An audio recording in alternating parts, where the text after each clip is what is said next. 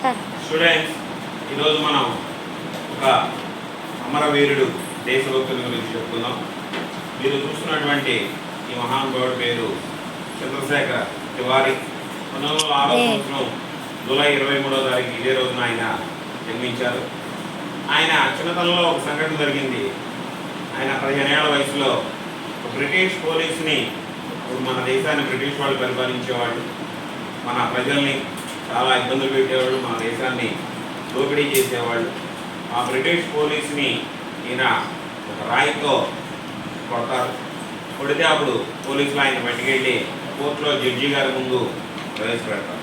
అప్పుడు జడ్జి గారు కోపం వచ్చి, చిన్నపిల్లాడని చెప్పి, ఏమయ్యా అబ్బాయి నీ పేరేంటి అన్నాడు. అప్పుడు ఈయన అసలు పేరు చంద్రశేఖర్ తివారీ అయితే, తివారీ అని చెప్పకుండా నా పేరు ఆజాద్ అని చెప్పి ధైర్యంగా చెప్పారు. ఆజాద్ అంటే హిందీలో స్వేచ్ఛ అని అర్థం.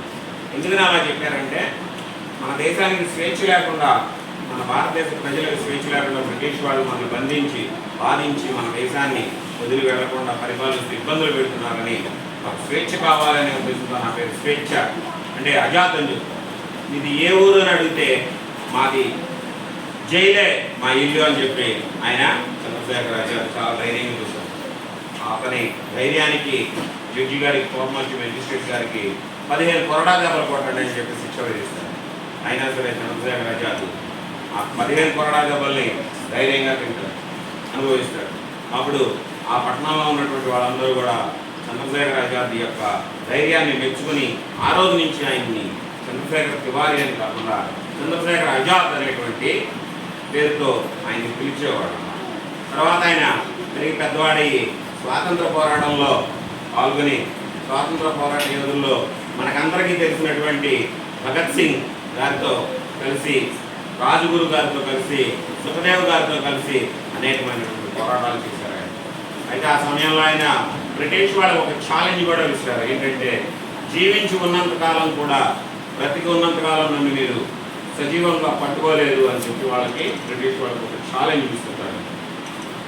అయితే ఒకసారి భగత్ సింగ్ గారిని, రాజ్గురు, సుఖదేవ్ గారిని, వీళ్ళ ముగ్గురిని కూడా ఈయన స్నేహితులు భారతదేశ స్వాతంత్ర పోరాటంలో ఉన్నటువంటి వీళ్ళ ముగ్గురిని కూడా బ్రిటిష్ ప్రభుత్వం బంధించి జైల్లో పెట్టి, అయితే వాళ్ళని విడిపించడం కోసం జవహర్లాల్ నెహ్రూ గారు అలహాబాద్లో ఉంటే ఆయన ఇంటికి వెళ్ళి, మరి మన భగత్ సింగ్ గారిని వాళ్ళని విడిపించడానికి మీరు సహాయం చేయాలని చెప్పి నెహ్రూ గారితో మాట్లాడి ఆయన తిరిగి వస్తాడు. వచ్చి అలహాబాద్ పార్క్లో కూర్చుని ఫ్రెండ్స్ ఇద్దరు ఉంటే వాళ్ళతో కూర్చొని మాట్లాడుతూ ఉండగా ఈలోపు సడన్గా అనుకోకుండా ఒక ఫ్రెండ్ హడావుడిగా భయంగా వెళ్ళిపోతాడు.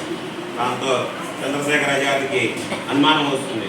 అనుమానం వచ్చి ఏంటా అని జాగ్రత్త పడేలోపు పోలీసులు వచ్చి చుట్టుముట్టేస్తారు. చుట్టుముచ్చి తుపాకీకి గురి పెడతారు. దాంతో చంద్రశేఖర్ ఆజాద్కి ఎవరో నన్ను పట్టించడానికి లీక్ చేశారన్న విషయం అర్థమైపోతుంది.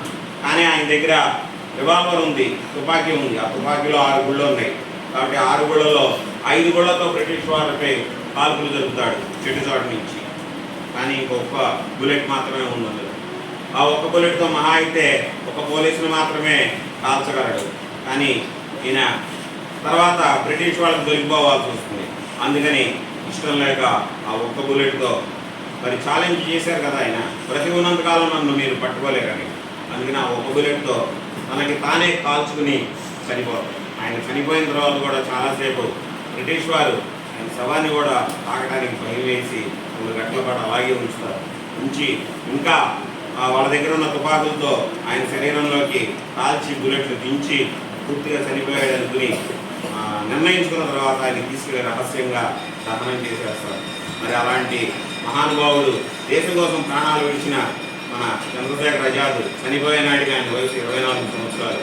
అలాగే మన భగత్ సింగ్ గారు ఆయన చనిపోయిన 24 రోజులకి ఆయన్ని గుర్తిస్తారు. ఆయన వయసు చనిపోయిన నాటికి 23 సంవత్సరాలు. అలాగే అల్లూరి సీతారామరాజు గారు చనిపోయేసరికి ఆయన వయసు 27 సంవత్సరాలు. ఈ విధంగా అనేకమంది దేశభక్తులు మన దేశ స్వాతంత్రం కోసం, స్వేచ్ఛ కోసం ప్రాణాలను చిన్న వయసులోనే త్యాగం చేసి మనకి దేశానికి స్వాతంత్రాన్ని తీసుకొచ్చారు. అలాంటి దేశభక్తుల్ని మనం ఎప్పుడు స్మరించుకోవాలి, వాళ్ళకి జోహార్లు అర్పించాలి. చెప్పండి, జోహార్ చంద్రశేఖర్ ఆజాద్, వందే మాతరం. జోహార్ చంద్రశేఖర్ ఆజాద్. గట్టిగా చెప్పాలి, జోహార్ చంద్రశేఖర్ ఆజాద్. మరి మీకు ఆయన కథ నచ్చింది కదా, కాబట్టి మీరు కూడా పెరిగి పెద్దవాళ్ళై దేశభక్తితో ఉండి దేశాన్ని ప్రేమించి దేశానికి మేలు చేయాలని చెప్పి మీకు తెలియజేస్తాను. Okay right.